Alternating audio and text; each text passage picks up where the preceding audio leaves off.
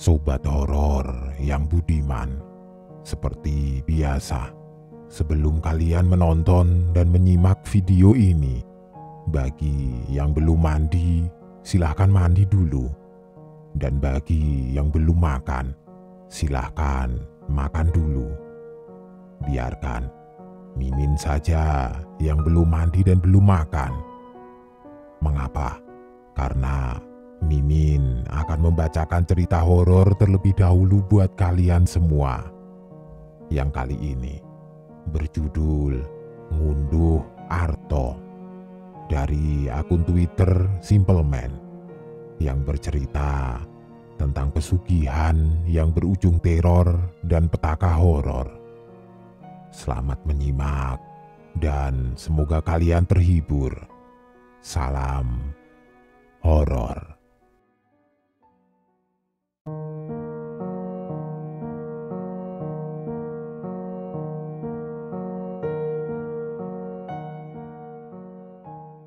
Cerita ini berdasarkan pengalamanku pribadi, menjadi saksi seseorang yang melakukan pesugihan, berhasil menjadi orang yang begitu kaya raya, namun semua lenyap ketika dia mulai tidak dapat menepati janjinya pada sosok yang dia permintai. Tidak ada satupun manusia yang pernah mau atau sudi terjebak di dalam jurang kemiskinan. Hal itu juga yang dirasakan oleh Mantono, seorang pria parubaya yang kesehariannya hanya menjadi buruh kapas, di mana hasil jerih payahnya bekerja tidak pernah bisa menutupi tanggungan keluarganya. Sudah berpuluh-puluh tahun, bahkan sampai Mantono berkepala 4, namun tidak ada yang berubah dari kehidupannya. Setiap hari beliau pasrahkan hidup dari uang berhutang kepada para tetangga dan kawan-kawan yang juga sama susahnya. Singkat cerita, hal ini menyadarkan beliau bila terlahir miskin benar-benar suatu kehinaan yang tidak lagi bisa dia terima. Suatu hari, sejak hari itu istri dan ketiga anaknya tidak lagi melihat Mantono pulang. Pria itu seakan lenyap begitu saja, tidak ada tetangga maupun kawan yang tahu perihal di mana keberadaan pria paruh baya ini.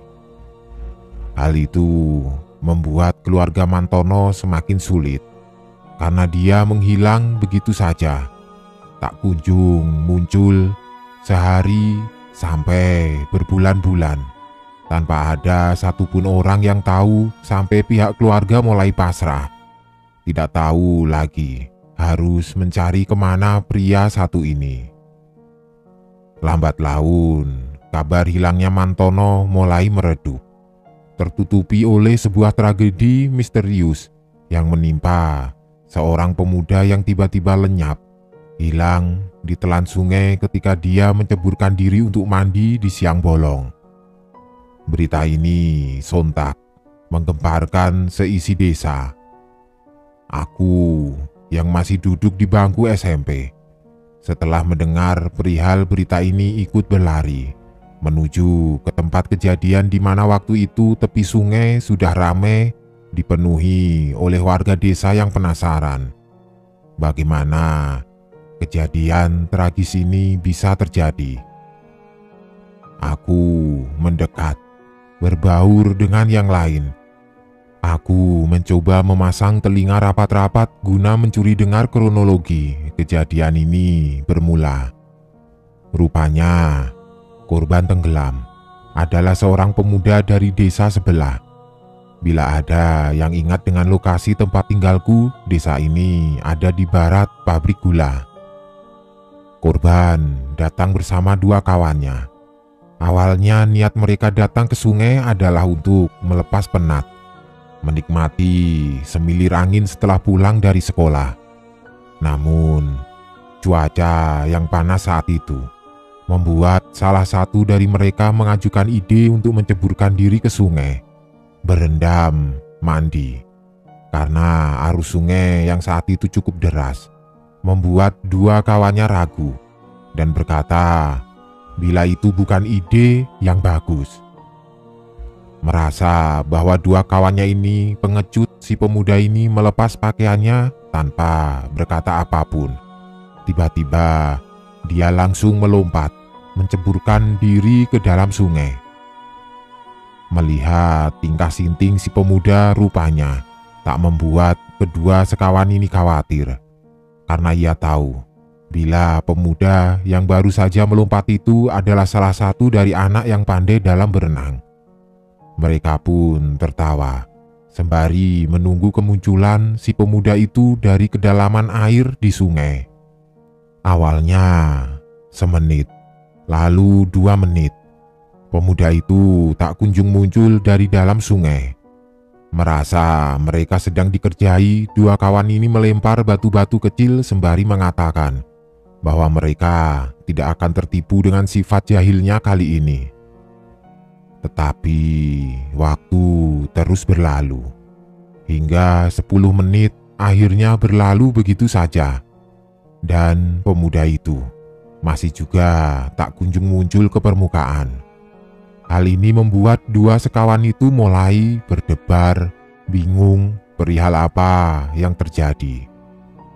Di dalam kepala mereka, pikiran liar mulai bermunculan sampai tidak ada pilihan lain selain melapor.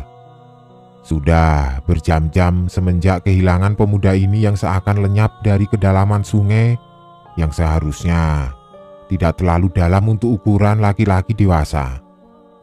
Orang-orang yang masih ramai pun bertanya-tanya, kemana perginya pemuda ini?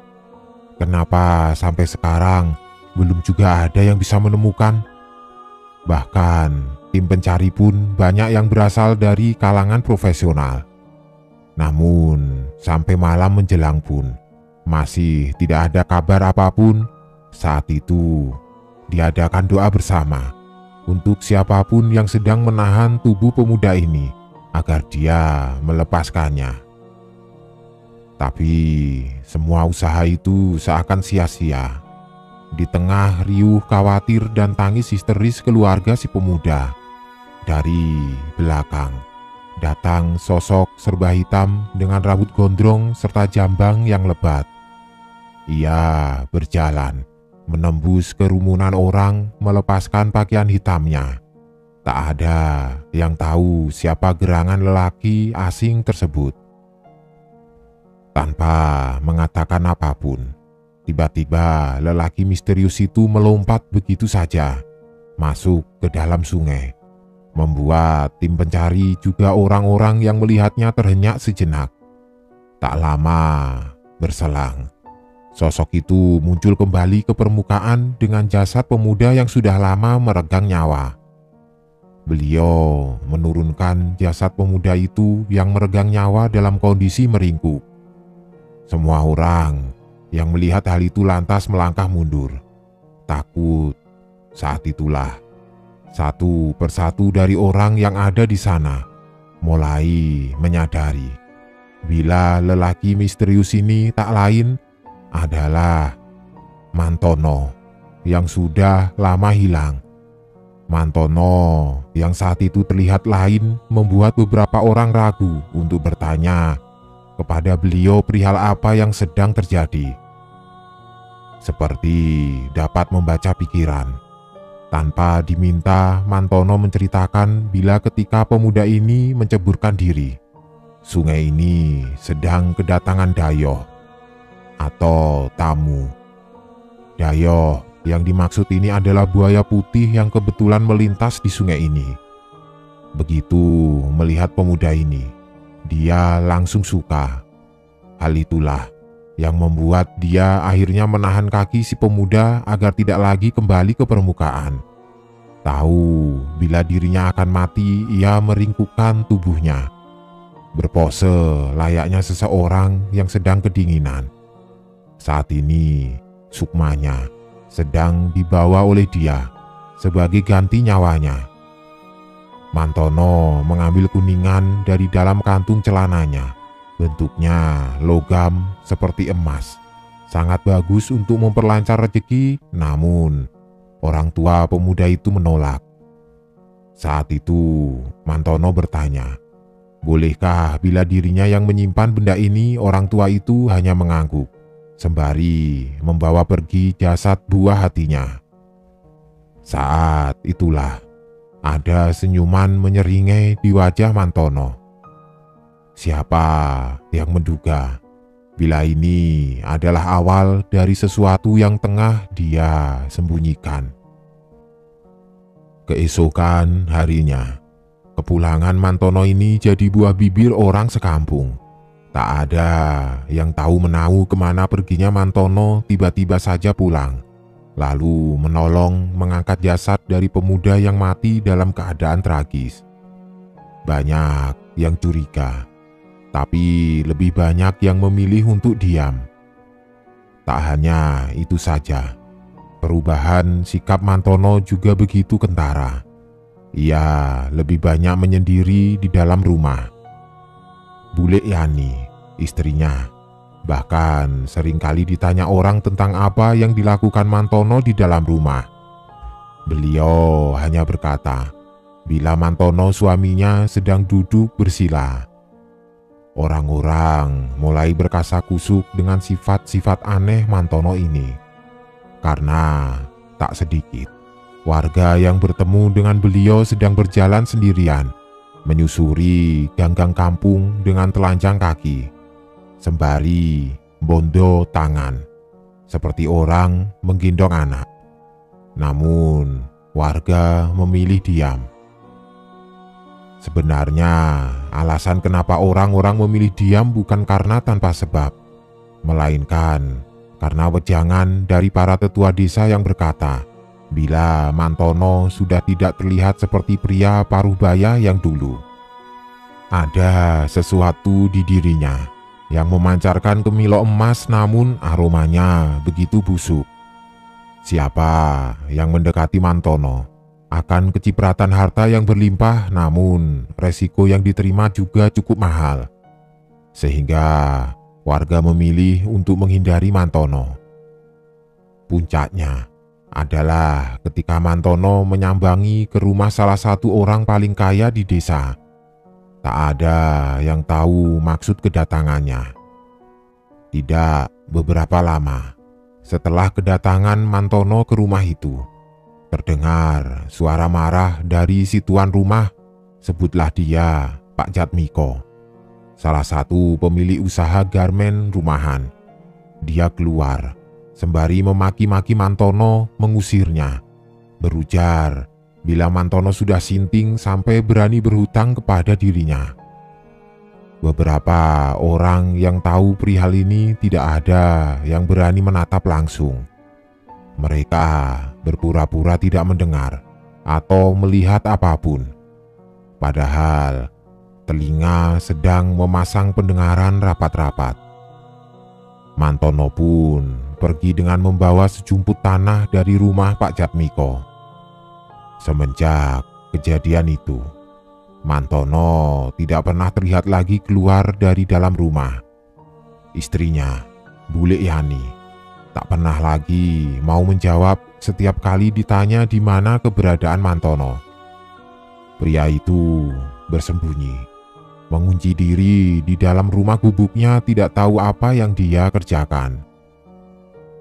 Sore ini, hujan angin tiba-tiba menyambangi desa. Pak Jatmiko sedang berkumpul bersama keluarga di meja makan, bersiap santap dengan anak dan cucu-cucunya. Sedangkan istrinya berada di dapur bersama dengan menantunya, mempersiapkan hidangan sore ini. Sebelum terdengar jeritan. Suara jeritan itu berasal dari mulut istrinya, membuat Pak Jatmiko bersama anak laki-lakinya berlari, melihat apa yang sedang terjadi di sana. Di depan meja, terlihat istri Pak Jatmiko bersama menantunya berdiri diam mematung di depan sebutir telur yang sudah dipecah. Di sana, mereka semua melihat Isi dalam telur tampak janggal. Tak ada putih kuning seperti telur pada umumnya, melainkan cairan kental berwarna merah kehitaman. Istri Pak Jatmiko lalu berujar dengan suara lirih, "Ada yang mau mencelakai keluarga kita, Pak." Dasarnya Pak Jatmiko yang tidak pernah percaya yang begituan. Ia mengelap cairan itu, membersihkannya dengan kain putih, lalu membuangnya ke tempat sampah.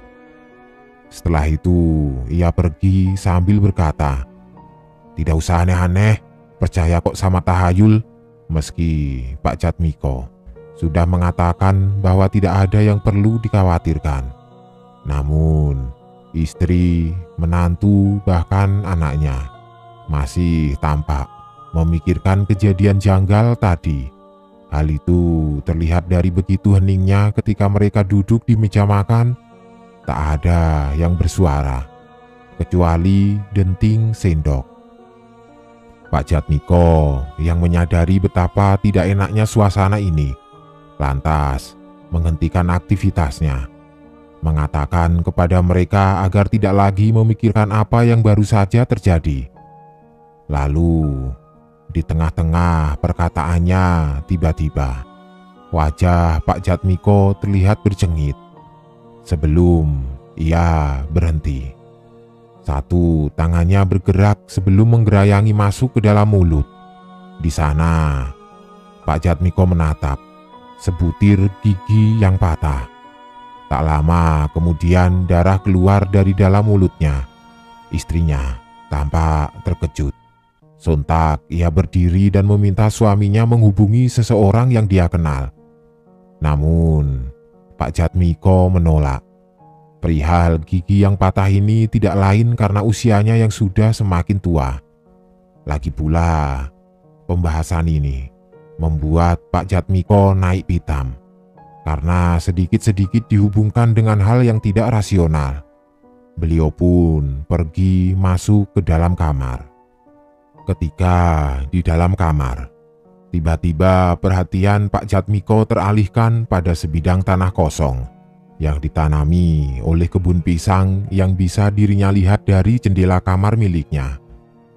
Di sana, Pak Jatmiko melihat wujud seseorang baru saja berlari pergi setelah memandangi dirinya sejak tadi. Pak Jatmiko ingin menceritakan hal ini kepada istrinya, namun ia urungkan. Karena sejak tadi istrinya terus-menerus mencoba membujuk Pak Jatmiko agar mau untuk memastikan apakah firasat buruk yang dia rasakan ini benar-benar sedang terjadi, menggerayangi keluarganya.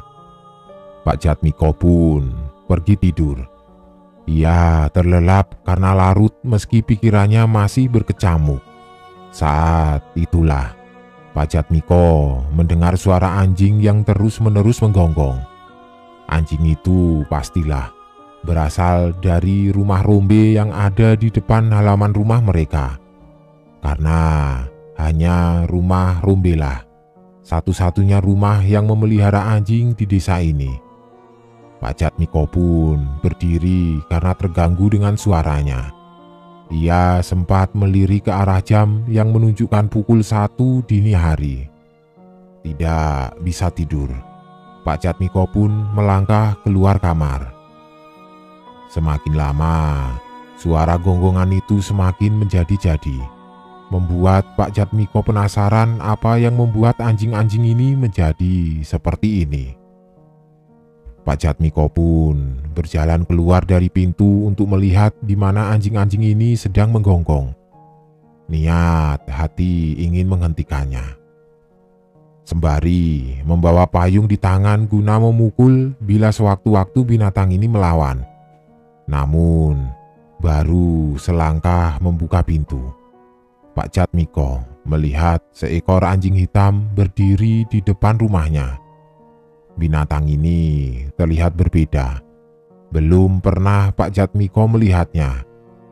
Berbeda dengan 3 anjing pemilik rumah Rombe, anjing hitam ini terlihat lain, lebih jangkung, kurus dengan mata merah menyala.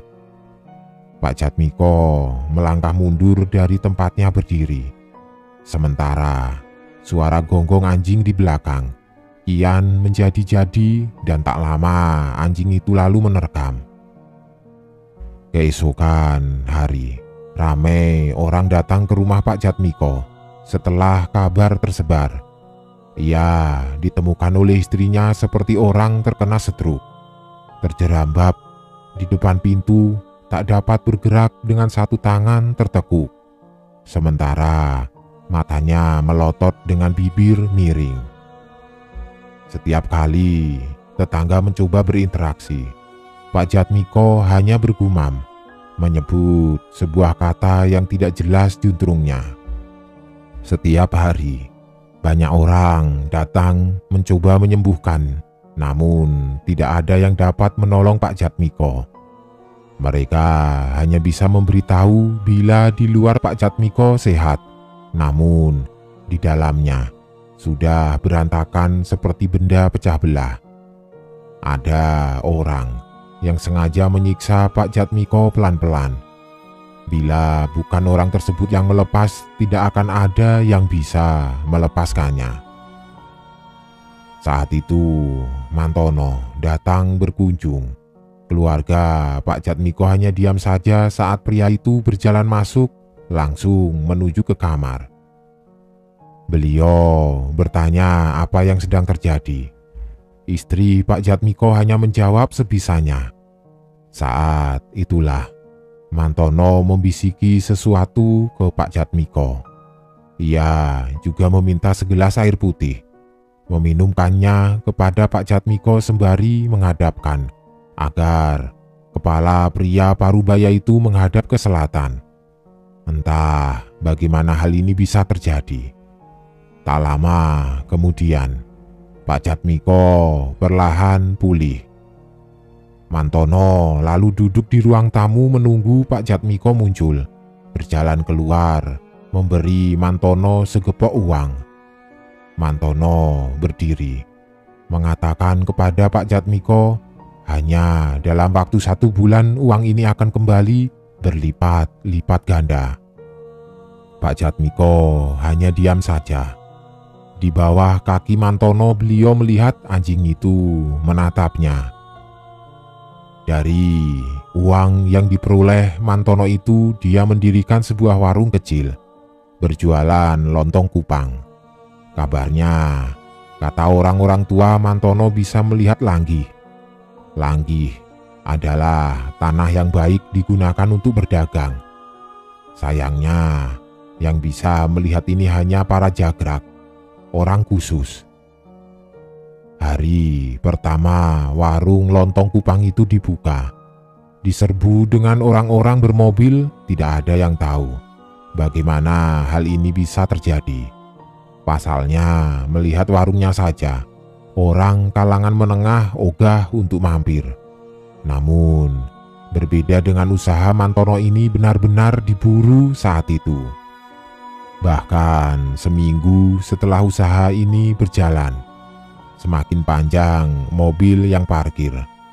Hal ini bagi warga desa tentu saja sesuatu yang mencurigakan. Namun, tidak ada yang berani berspekulasi. Mungkin saja Mantono memang berjodoh dengan usaha ini.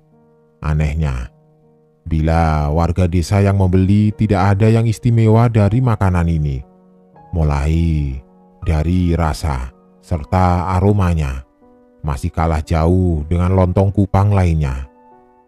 Tapi dari semua rumor yang menyebar, ada satu rumor yang paling janggal, yaitu setiap malam warung Mantono didatangi oleh orang-orang yang sangat-sangat aneh.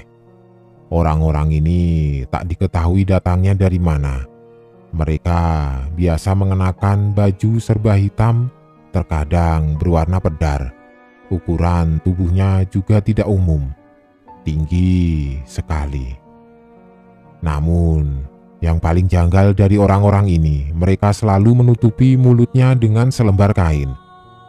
Baik laki-laki maupun perempuan, Mereka semua menutupi mulutnya, hanya duduk sembari melihat orang-orang sedang lahap menyantap lontong kupang. Mereka baru akan makan saat Mantono menutup warungnya.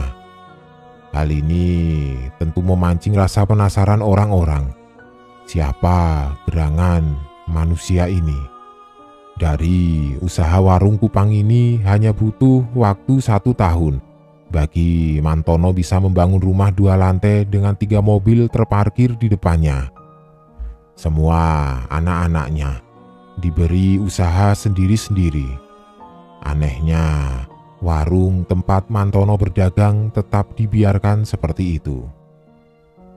Selain warung kupang itu, ada satu pantangan yang bahkan keluarganya tidak boleh langgar, yaitu ada satu kamar khusus yang hanya Mantono seorang diri yang boleh masuk. Meski membuat penasaran, namun Bule Yani dan ketiga anaknya tidak ada satupun yang berani melanggarnya. Singkat cerita, tahun demi tahun harta Mantono semakin bertambah, sampai bisa memiliki tanah luas yang dia beli dengan harga tinggi. Meski tak ada yang tahu dari mana harta-harta ini berasal, tak ada satupun warga yang membenci Mantono. Sebaliknya, warga sangat menghormatinya. Karena Mantono adalah orang yang gemar berbagi. Tetangga maupun bukan, selalu mendapat santunan yang tidak sedikit. Banyak yang Mantono lakukan juga untuk desa. Semua ini menutupi kabar-kabar duka. Saat kembali datang berita seorang anak SMP ditemukan tewas mengambang di atas sungai. Suatu hari, Mantono mengunci diri di dalam kamarnya. Berhari-hari. Bahkan saat istrinya memanggil namanya dari luar pintu, Mantono tidak menjawab. Sebelumnya, ia sudah berpesan agar apapun yang terjadi, ia tidak serta-merta masuk ke kamarnya. Larangan ini adalah larangan paling keras. Dari hari berganti ke minggu, seterusnya Mantono masih tidak kunjung keluar. Untuk makan pun tidak. Hal ini membuat Bule Yani sebenarnya khawatir. Ia ingin sekali membuka pintu kamarnya. Namun ia benar-benar takut dengan larangan suaminya. Sampai datang seorang tamu berkunjung. Seorang lelaki yang sering Bule Yani dengar dari mulut orang-orang. Awalnya Bule Yani khawatir bila menerima beliau karena yang dia cari adalah Pak Mantono.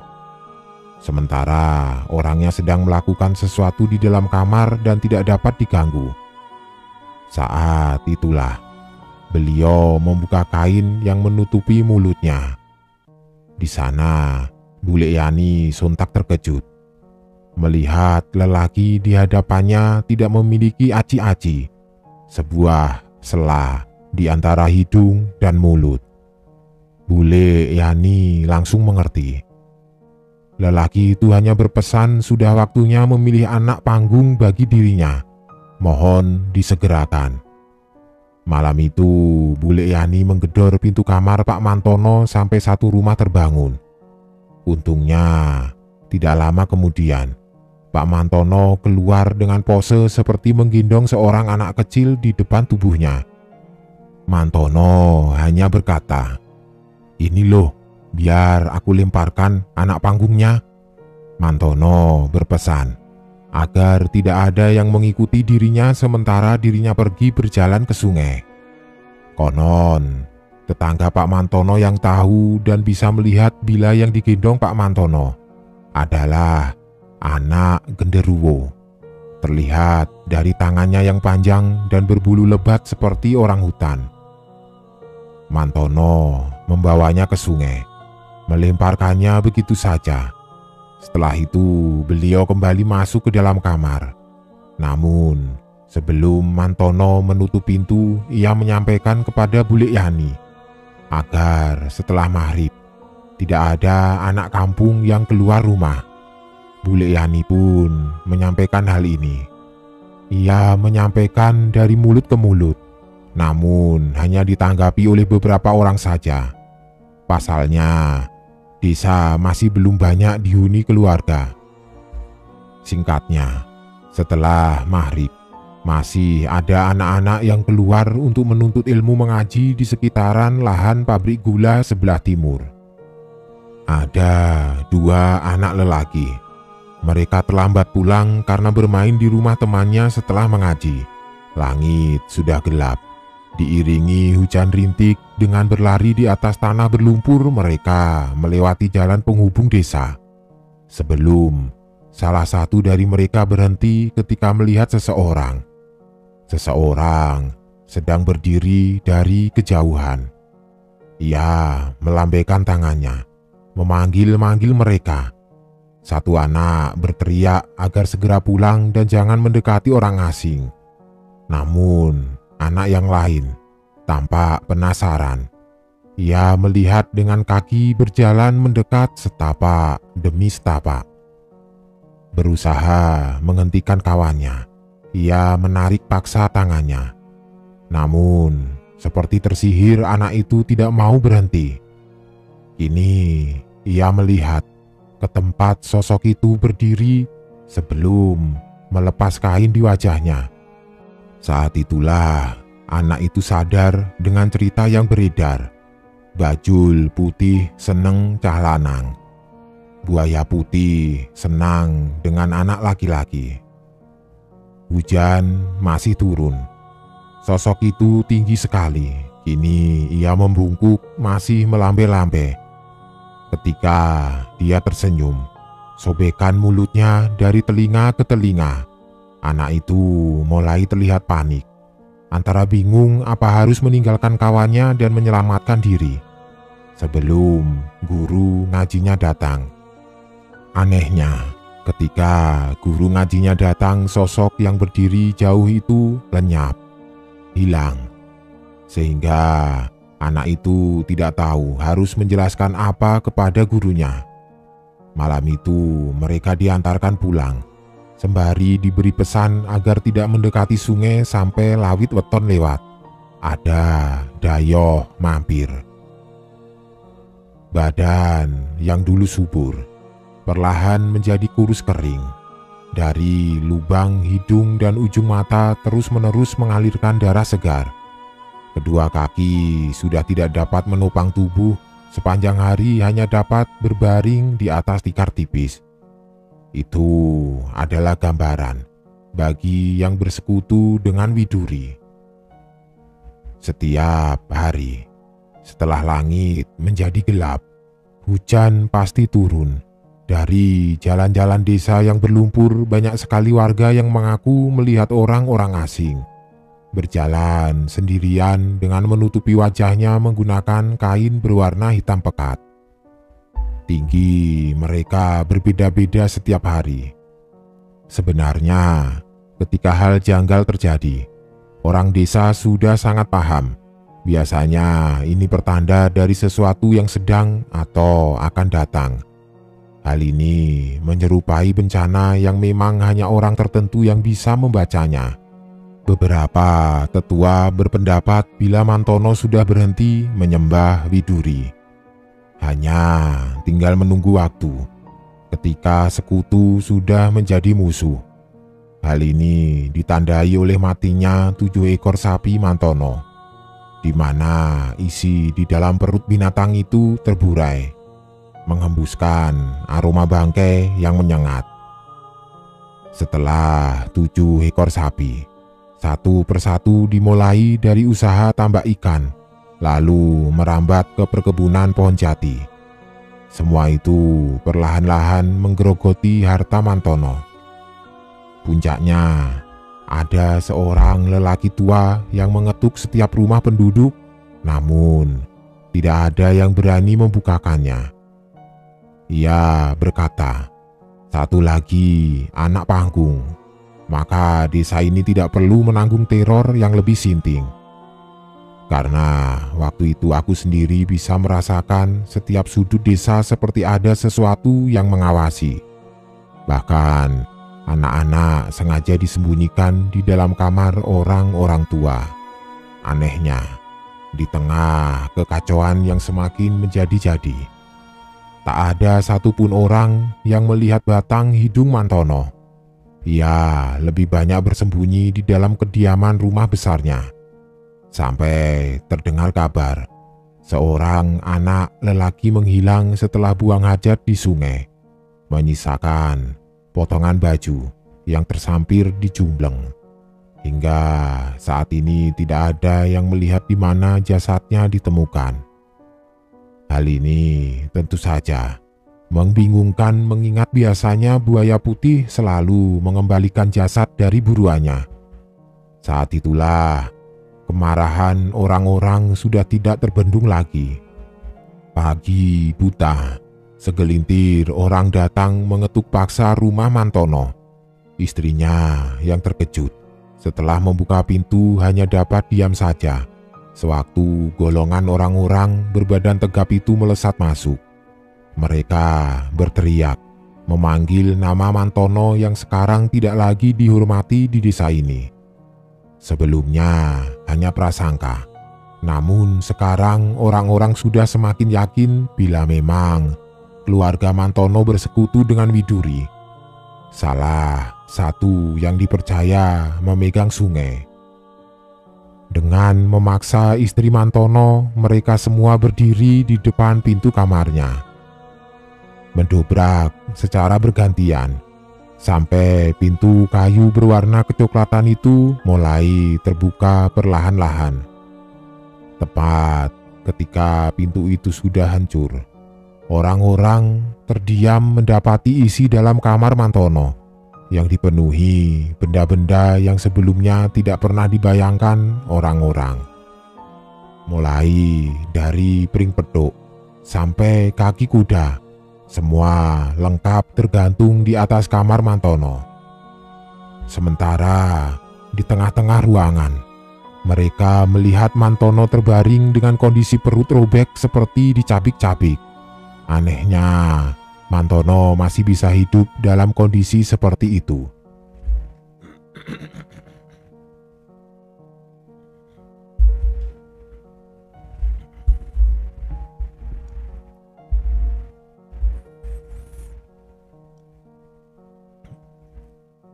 Istri Mantono seketika berteriak histeris.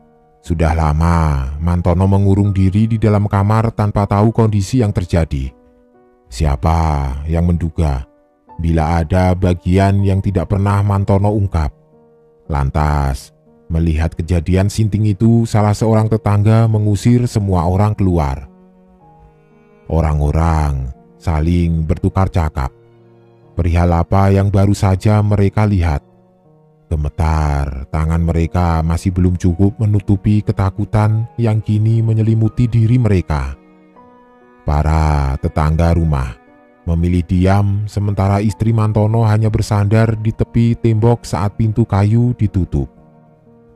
Sebelum dari luar rumah, seseorang melangkah masuk mengenakan sarung celana yang familiar. Mantono berjalan dengan langkah kaki yang tenang. Sembari seperti sedang menggendong sesuatu, ia berhenti sejenak. Semua orang tampak terkejut melihatnya, termasuk istrinya yang gemetar.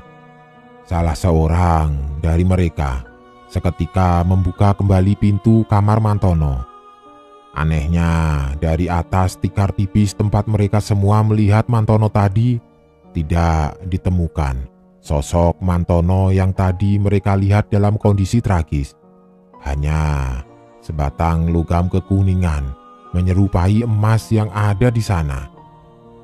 Mantono pun tampak murka karena larangan yang dia buat tak dihiraukan sama sekali, termasuk dengan istrinya. Bahkan Mantono sempat mengancam akan memberi sesuatu yang sangat buruk kepada semua orang yang berani menginjakkan kakinya di rumah ini. Istrinya ingin menjelaskan apa yang baru saja dirinya lihat perihal wujud Mantono yang dalam kondisi tragis. Namun, Mantono menolak. Ia lebih memilih masuk ke dalam kamar setelah melihat kerumunan tetangga satu persatu mulai keluar dari dalam rumahnya. Tanpa dia sadari, beberapa tetangga melewati tubuh Mantono sembari menutup hidung, karena saat itu tercium pekat aroma darah yang masih segar dari tubuh Mantono. Entah apa yang baru saja mereka lihat. Apakah mungkin gambaran Mantono kelak sudah diwujudkan oleh pesan yang baru saja mereka saksikan bersama-sama? 7 hari setelah kejadian pada malam itu, dari rumah tetangga Mantono tercium aroma kembang yang menyengat. Diikuti suara lonceng gemerincing, seorang wanita tinggi datang berkunjung, di mana Mantono sendiri yang membukakan pintu. Wanita asing itu harus menunduk untuk melewati pintu. Lagi-lagi akan terjadi sesuatu. Namun, tidak ada warga yang berani lagi menyentuh keluarga Mantono, mengingat ancaman tempo hari yang Mantono katakan sudah merenggut korban. Seorang pria tiba-tiba menjadi buta tanpa sebab yang jelas. Buta yang bukan sembarang buta, melainkan buta yang sengaja dibuat oleh seseorang. Sejak saat itu juga, Mantono tidak pernah lagi membuka warung yang menjadi cikal bakal hartanya selama ini. Beliau seperti mengasingkan diri, menjauh dari masyarakat bahkan keluarganya sendiri. Tapi pernah ada yang memergoki Mantono pada pukul 1 dini hari. Mantono berlari keluar dari dalam rumah menuju ke tepi sungai sembari membawa buntalan yang dibungkus di dalam kain berwarna putih. Tidak ada yang tahu apa isi buntalan itu.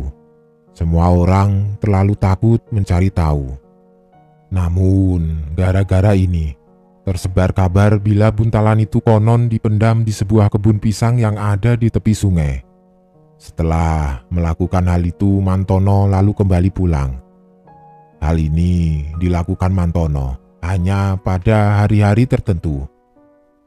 Pada suatu malam, istri Mantono pernah terbangun dari tidurnya. Ia mendengar suara-suara ribut yang berasal dari dapur. Dengan rasa penasaran yang tinggi, istri Mantono berjalan hati-hati, berusaha tidak menimbulkan suara sedikit pun. Ia telusuri setapak demi setapak, hening sekali. Sampai langkahnya terhenti ketika melihat seseorang berperawakan seperti suaminya Mantono. Ia sedang duduk menyantap sesuatu yang ada di atas meja dengan menggunakan tangan. Ia cengkram apapun itu lalu melahapnya bulat-bulat. Istri Mantono sedikit ragu. Apakah benar itu beliau? Dengan hati-hati, beliau memanggil Mantono seperti biasa. "Mas," katanya. Sosok berperawakan seperti Mantono itu menghentikan gerakannya.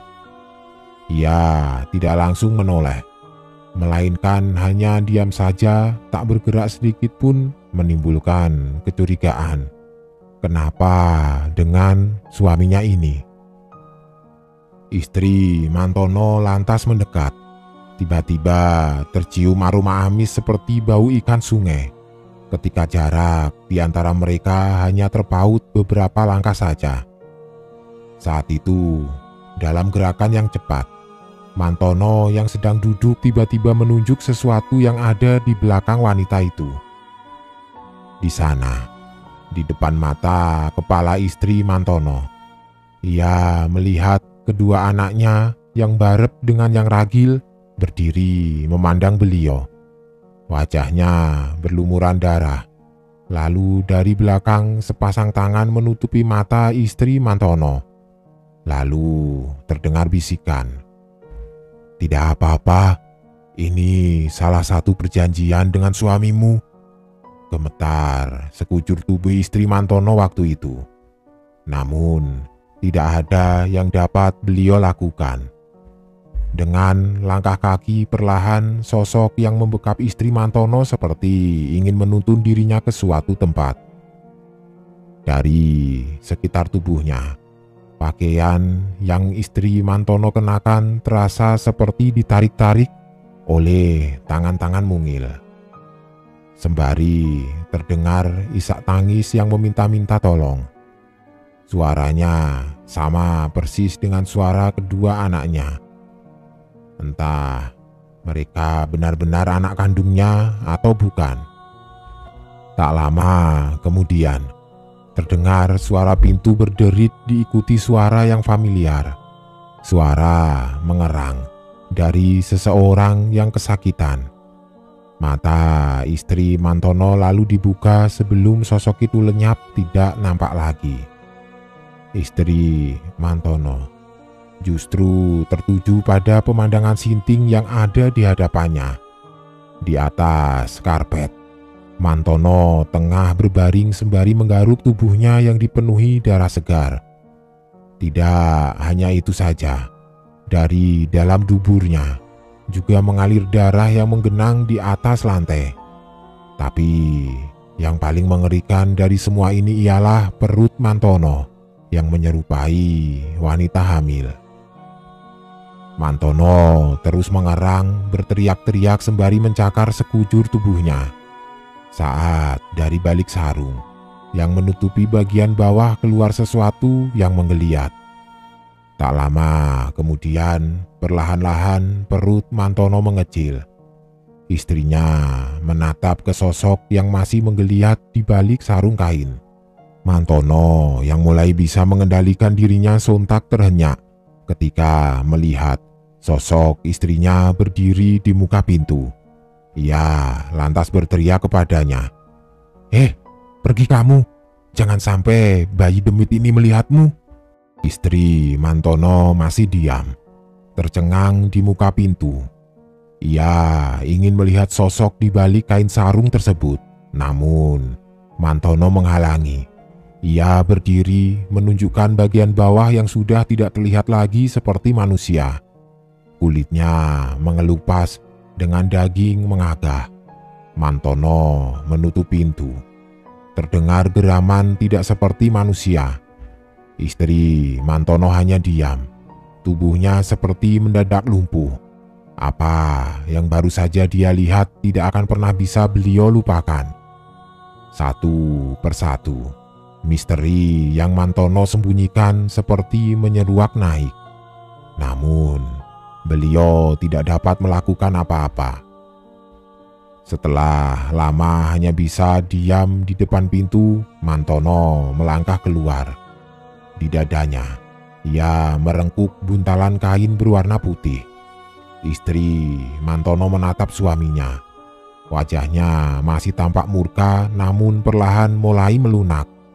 Sembari mendekat, Mantono berbisik, "7 kelahiran lagi." Lalu Mantono pergi, berlari keluar rumah. Istri Mantono masih begitu penasaran dengan apa yang sebenarnya suaminya sedang lakukan. Perlahan-lahan beliau berlari mengikuti, tanpa alas kaki. Ia menyusuri jalan setapak menuju tepi sungai yang dipenuhi semak belukar, gelap, sunyi.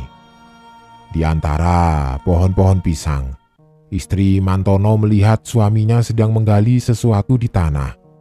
Tak lama kemudian, ia lemparkan buntalan itu ke dalamnya, menguburnya di sana. Mantono lalu bergegas menuju kandang ternak miliknya menarik paksa seekor kambing muda. Ia ikat kambing itu tepat di dekat gundukan tanah. Sebelum Mantono memukul kepalanya menggunakan bongkot bambu, sampai binatang itu tersungkur, sekarat dengan tubuh tumbang. Mantono mengambil parang, lalu menggorok lehernya. Ia meneteskan darah tepat di atas gundukan tersebut. Setelahnya, Mantono duduk berlutut seperti orang berdoa. Sebelum pandangan matanya beralih melihat ke arah istrinya yang bersembunyi di salah satu pohon pisang. Tersentak karena Mantono tahu keberadaannya. Dia mendekat dengan parang di mana darah masih menetes dari ujungnya. Wajah manusia Mantono seperti terkikis. Istrinya sudah tidak menemukan sosok Mantono yang dulu beliau nikahi karena pada malam itu gambaran gelap benar-benar sudah menyelimuti suaminya. Mantono pergi dengan parang yang masih berlumuran darah kambing yang baru saja dia penggal. Dia meninggalkan istrinya sendirian yang masih diselimuti banyak sekali pertanyaan. Wanita itu hanya diam, mematung di bawah pohon pisang. Diterpa angin yang berhembus, istri Mantono tergerak menoleh melihat ke liang lahat tempat Mantono tadi menguburkan sesuatu. Genangan darah pada segunduk tanah dengan bangkai seekor kambing terkapar di atasnya membuat tubuh wanita itu begidik ngeri. Namun, rasa penasaran yang sudah menyeruak di dalam dirinya menggelitik istri Mantono untuk mendekat. Di dalam kepalanya, ia hanya ingin melihat ini semua. Dengan langkah hati-hati, wanita itu lalu berlutut sebelum menyingkirkan bangkai binatang malang tersebut. Dengan batu yang dia temukan, istri Mantono mulai menjajaki gundukan tanah, membongkarnya dengan tangan kosong. Ia benar-benar ingin melihat apa yang suaminya lakukan di sini. Tanah yang berwarna kehitaman itu mulai tersingkap ketika dia mulai mengeruk dengan kondisi yang seadanya. Usahanya membuahkan hasil ketika akhirnya terlihat buntalan kain berwarna putih kusam tersebut yang terkubur jauh di dalam liang lahat. Sejenak, istri Mantono terlihat ragu. Tapi semua berubah ketika teringat dengan kejadian yang baru saja menimpa dirinya. Dengan berbekal perasaan nekat, istri Mantono meyakinkan dirinya bila tidak ada lagi waktu untuk mundur. Maka dengan keterpaksaan dia harus menuntaskan keingintahuannya. Ia mulai merobek kain itu. Aroma busuk dan bau anyir darah seketika tercium dari dalam buntalan kain kusam tersebut, membuat istri Mantono memalingkan muka. Namun keingintahuannya sudah tidak terbendung lagi. Ia paksakan diri untuk melihat apa yang ada di dalamnya. Seketika itu juga wanita itu langsung diam. Ia langsung terdiam begitu tahu apa yang ada di dalamnya. Sebentuk wujud dari gumpalan daging berwarna putih pucat dengan lendir serta genangan darah kental yang menyelimutinya. Istri Mantono mencoba mencari tahu, maka ia robek lebih lebar lagi. Ia langsung terdiam begitu tahu apa yang ada di dalamnya. Sebentuk wujud dari gumpalan daging berwarna putih pucat dengan lendir serta genangan darah kental yang menyelimutinya. Istri Mantono mencoba mencari tahu, maka ia robek lebih lebar lagi kain itu. Dan ketika ia menyentuhnya, istri Mantono hanya dapat memandang gelisah benda itu sembari bergerak merangkak mundur. Sensasi itu, istri Mantono pernah merasakan sensasi menyentuh yang seperti ini. Urat dari segumpal daging yang baru dirinya sentuh menyerupai rupa dari gumpalan daging janin ketika lahir. Tapi janin mana yang memiliki rupa perangai seperti buaya? Maka kejadian ini membuat istri Mantono terjerembab jatuh, tergulung tanah di tepian sungai. Dan ketika wanita itu terbangun dari tempatnya, ia dibuat terenyak ketika menyaksikan puluhan gundukan lain dengan bangkai kambing di atasnya. Sejak kejadian itu, tidak ada lagi ketenangan di dalam hidup istri Mantono. Setiap hari ia diliputi ketakutan. Bahkan ketika malam datang dan tiba-tiba Mantono melangkah masuk ke dalam kamar, ada kengerian tersendiri yang merujuk kepada suaminya. Mereka tidak lagi saling berbicara. Pada suatu waktu, istri Mantono sedang berkunjung ke warung kupang yang konon dia percaya sebagai sumber penghasilan utamanya. Warung sedang ramai, dipenuhi oleh orang bermobil yang tentu menjadi pemandangan yang biasa. Namun, ada satu titik di mana tiba-tiba beliau memilih berdiri di dapur mengawasi karyawati yang bertugas menjaga warung ini. Dan entah kenapa, ada setitik perasaan bila pekerja yang mengurus warungnya sejak laki-laki itu tidak lagi mau ke sini bersikap aneh. Beberapa kali mereka tampak berbisik dengan wajah gelisah, membuat istri Mantono menjadi curiga. Dengan bersikap pura-pura tidak tahu, istri Mantono berjalan pergi sebelum kembali saat itu juga, ketika dia mendapati salah satu karyawatinya menuangkan sesuatu ke dalam panci dari sebotol air berwarna merah kental. Istri Mantono seketika mendekat lalu bertanya benda macam apa yang baru saja dia masukkan. Gadis muda itu tampak kebingungan. Beberapa kali ia melihat ke arah temannya yang terus menggelengkan kepala. Lantas, istri Mantono lalu memaksa lebih keras agar gadis itu mengatakannya. Dengan wajah nyaris menangis, gadis itu membisikkan sesuatu kepada istri Mantono, yang membuatnya kemudian menggulingkan isi di dalam panci. Seketika detik itu juga, ia menutup warung tersebut, mengusir semua orang lalu pergi pulang. Di dalam kediamannya, wanita itu semakin gelisah. Banyak yang tidak dia ketahui dari suaminya.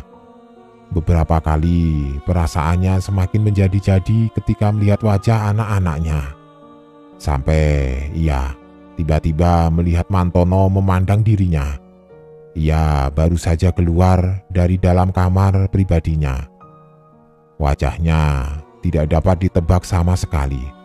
Dengan hanya mengenakan sarung yang menutup bagian bawah tubuhnya, Mantono kemudian mengatakannya, "Anak perempuan itu baru saja meninggal, tewas dalam kecelakaan. Ini semua karena kamu, Dek. Kamu tidak perlu ikut urusanku. Mengerti?" Malam itu, istri Mantono tidak dapat tidur, karena sejak tadi di sudut kamarnya gadis, karyawati yang baru saja tewas, berdiri di sana menatapnya. Kegilaan ini semakin memberangus mental istri Mantono. Semakin hari beliau bertambah gelisah. Selain itu, satu persatu pekerjanya mengalami sesuatu yang ada di luar nalar. Usaha las besi yang dimilikinya tiba-tiba mengalami kebakaran hebat. Binatang ternak mati mendadak. Hal ini membuat wanita itu terus berteriak di luar kamar Mantono. Ia mencerit bila semua ini akibat ulah Mantono bukan dirinya. Namun, setiap kali Mantono keluar dan berkata hanya tinggal 2 lagi, istrinya semakin marah. Puncaknya hari itu dengan membawa anak-anaknya ia pergi. Kepergiannya ini menjadi puncak segalanya. Karena siapa yang menduga bila selama ini di luar perkiraannya sejauh apa langkah Mantono melakukan hal sinting ini. Didasari rasa ingin memberi untuk keluarganya, meski harus mengambil yang bukan menjadi hak miliknya. Malam itu, Mantono disambangi oleh sosok Dayoh yang selama ini memikulnya. Widuri datang meminta imbalan. Akhir dari segala perjanjian Mantono harus segera dilunasi. Lawit weton belum lewat, namun Mantono sudah harus menanggung akibatnya. Lebih dari berhari-hari, seputar kabar bila Mantono ditinggal pergi oleh istri dan anak-anaknya semakin santer terdengar. Namun, anehnya, sampai saat itu warga kampung atau para tetangga dekat Mantono Tidak ada yang pernah melihat dirinya lagi. Tidak hanya itu saja, kejadian malang seakan tidak ada habisnya datang. Satu persatu, usaha yang kini dijalankan oleh saudara dekat Mantono menemui kendala. Dimulai dari rumah makan, usaha las besi, sampai peternakan ayam dan kambing yang dimiliki. Binatang malang itu tiba-tiba saja mati tanpa ada alasan yang jelas. Anehnya, belum ada berjam-jam sejak kematian binatang tersebut, aroma bangkai seketika langsung tercium dari bangkai binatang-binatang itu. Hal ini tentu membuat warga kampung mulai bergunjing. Keluarga dekat Mantono juga mulai merasa bila ini adalah pertanda datangnya kabar buruk ke keluarga mereka. Saudara-saudara dekat Mantono yang dulu abai dengan dirinya, namun tiba-tiba peduli ketika Mantono mendadak menjadi orang yang kaya raya, mulai merasa ketakutan. Ketakutan kalau nanti harus kehilangan sumber uang dari Mantono. Mereka sama sekali tidak berpikir dari mana datangnya semua harta itu. Mbah Nuh, seorang laki-laki tua, salah satu dari saudara kandung istrinya, lalu datang menemuinya. Ia membujuk wanita itu agar mau pulang. Di sana ia menceritakan tentang keadaan rumah Mantono yang kini terlihat jauh lebih mencekam. Rumah berlantai 3 itu seperti sarang setan. Karena baru menginjakkan kaki di lantainya saja, hembusan angin seperti menyapu tubuhnya, membuat sekujur badan laki-laki tua itu gemetar. Tidak hanya itu saja, Mbah Nuh tidak pernah lagi melihat Mantono keluar dan menampakkan dirinya di dalam rumah itu. Menurut kesaksian Mbah Nuh, sebenarnya beliau sudah pernah mencoba untuk mengetuk pintu kamar Mantono. Namun ada sesuatu yang janggal terjadi. Dari dalam kamar Mantono, seperti terdengar ramai suara orang yang sedang tertawa diiringi suara-suara kending gendang serta tabuhan gamelan. Seolah-olah di dalam kamar Mantono yang tidak seberapa luas itu sedang diadakan sebuah pesta rakyat yang begitu meriah. Mbah Nuh sebenarnya sempat tergiur untuk membuka pintu kayu itu agar dirinya bisa melihat apa yang sebenarnya sedang terjadi dengan adik iparnya ini.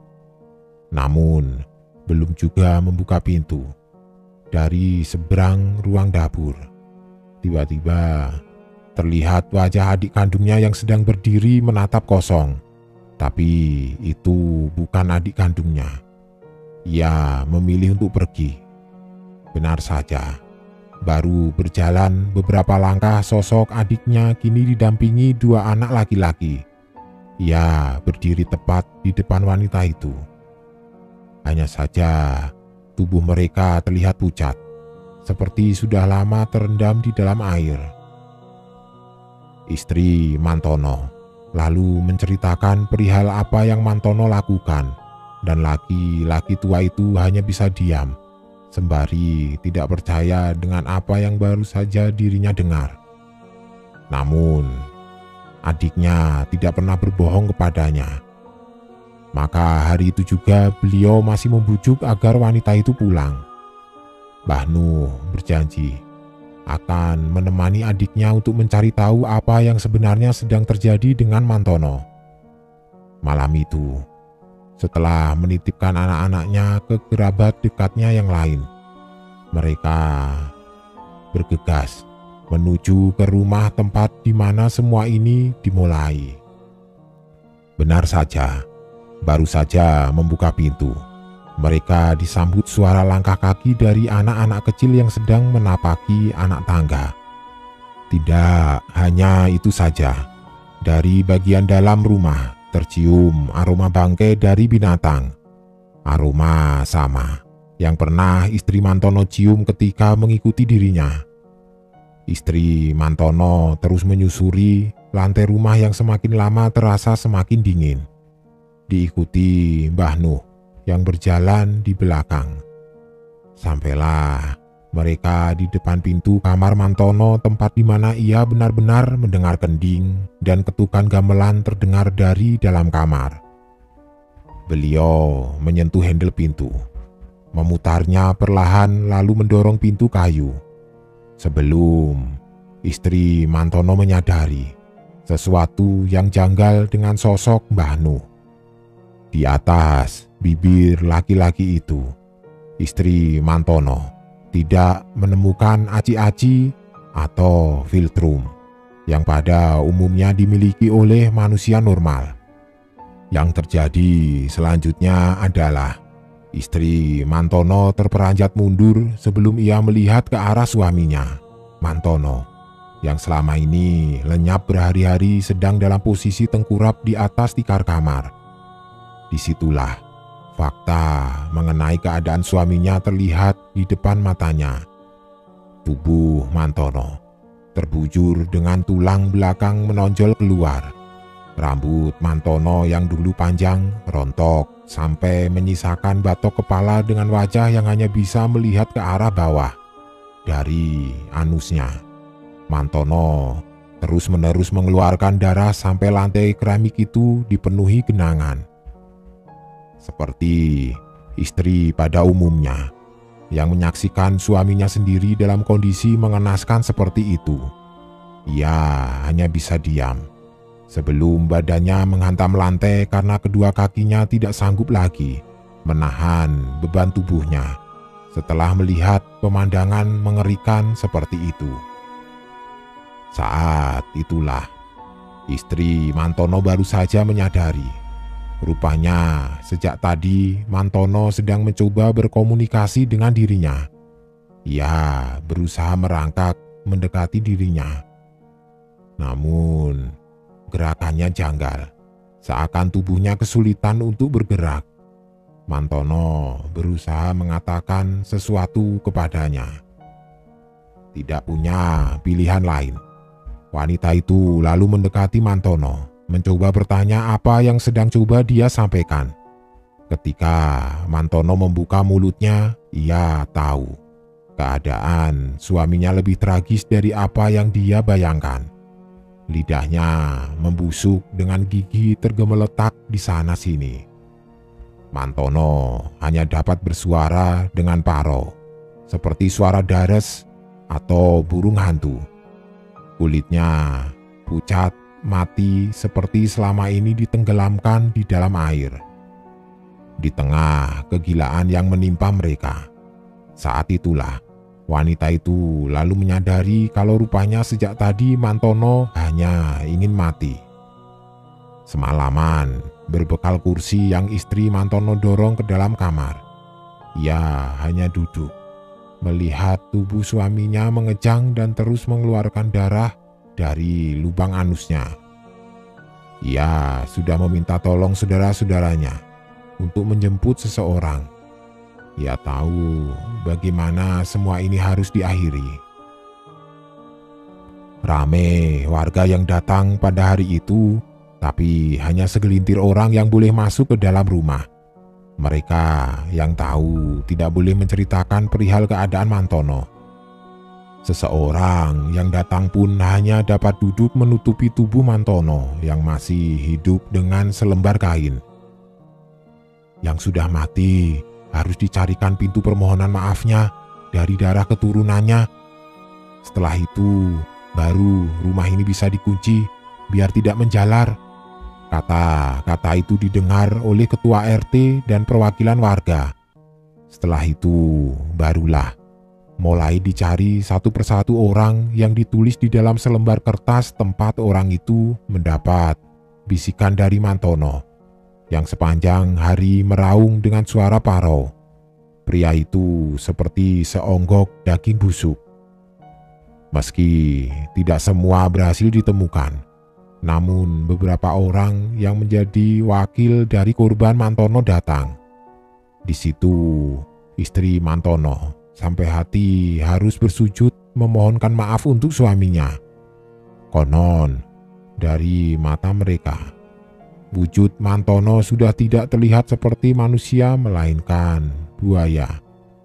Setelah itu barulah dibantu oleh warga, Mantono disandarkan pada pintu kayu kamarnya yang rupanya menjadi perantara dirinya dengan yang memegang sungai. Berbekal pasak dari batang bambu yang dibuat setajam pisau. Bagai pasak, benda itu menancap pada daging tubuh Mantono. Kakinya tidak boleh menyentuh lantai. Sementara dari lubang anus Mantono tidak lagi mengalirkan darah. Selama 2 hari 2 malam, pintu kayu ditutup. Mantono dijaga bergantian oleh beberapa orang yang sebelumnya bersumpah sanggup melihat apapun. Beberapa orang keluar dari kamar dalam keadaan muntah. Mereka berkata tidak sanggup melihat seonggok daging Mantono dicabik-cabik bersama dengan korban-korban yang sebelumnya menjadi korban pesugihan ngunduh arto. Tak hanya itu, daging para korban dilahirkan lagi dari anus Mantono. Begitu seterusnya. Namun tubuh manusia Mantono memiliki batasan. Ketika janji kelahiran terakhir, bila Mantono bisa menyelesaikannya adalah tipu daya mereka. Mantono sudah tidak bisa lari. Inilah tanggungan besar yang lebih mengenaskan dari mati biasa. Tubuh Mantono akhirnya benar-benar mati tepat pada tengah malam dengan menyemburkan aroma yang lebih busuk lagi. Detik itu juga, laki-laki paruh baya itu akhirnya dikuburkan dengan seluruh benda miliknya dibakar habis. Lantas, pemilik sungai masih meminta janji anak-anak Mantono. Sebagai ganti dari semuanya, setengah rumah berlantai 3 itu harus dijual. Ada alasan kenapa harus setengah rumah bukan keseluruhan. Rupanya hal itu dilakukan sebagai pemutus perjanjian yang dulu Mantono tawarkan. Sebelum Mantono benar-benar mati raga dan sukmanya, ia memberitahu bila seluruh hartanya akan terus-menerus mengalir di kehidupan keluarganya. Sebagai gantinya, bila Mantono tidak sanggup memenuhi perjanjian, nyawa anak-anaknya menjadi jaminan. Tetapi hal ini sekaligus menjadi jalan keluar bila seluruh harta Mantono pun akan habis oleh sesuatu yang tidak lazim. Ternaknya mati tanpa sebab. Rumah makannya sepi tak lagi berpengunjung. Bisnis lain sama saja. Hanya tinggal rumah besar ini yang tinggal menunggu waktu untuk diminta. Bila saja tempat ini dijual, maka uang hasil penjualan rumah ini tetaplah dalam perjanjian. Namun, tidak bila setengahnya dibeli lalu dimiliki oleh orang lain. Lewat nasihat dari orang yang membantu Mantono mati untuk menjual setengah rumah ini kepada seorang keluarga korban santet, yang mana akan memiliki peran khusus yaitu membebaskan istri dan anak-anak Mantono. Maka rumah itu dijual setengahnya. Yang paling kentara adalah bekas kamar Mantono kini dimiliki oleh sebuah keluarga lain. Dan semenjak itu, perjanjian ini seketika berakhir. Kini, sampai detik ini, rumah besar itu telah ditinggali oleh 2 keluarga tanpa ikatan darah. Sesuatu yang janggal memang bila tidak tahu menahu sejarahnya. Rumah itu berada tepat tidak jauh dari rumahku. Sementara beberapa tetangga mengaku beberapa kali pernah diperlihatkan oleh sosok pria berwujud Mantono yang kadang muncul dari dalam sungai. Hal yang janggal adalah Mantono yang ini tidak memiliki aci-aci atau filtrum di atas bibirnya. Demikianlah, semoga cerita ini bisa menjadi pelajaran bila pesugihan tetaplah hal atau sesuatu yang lebih bijak untuk dihindari. Seburuk atau sepahit apapun keadaan kita, bersekutu dengan iblis bukanlah jalan keluar.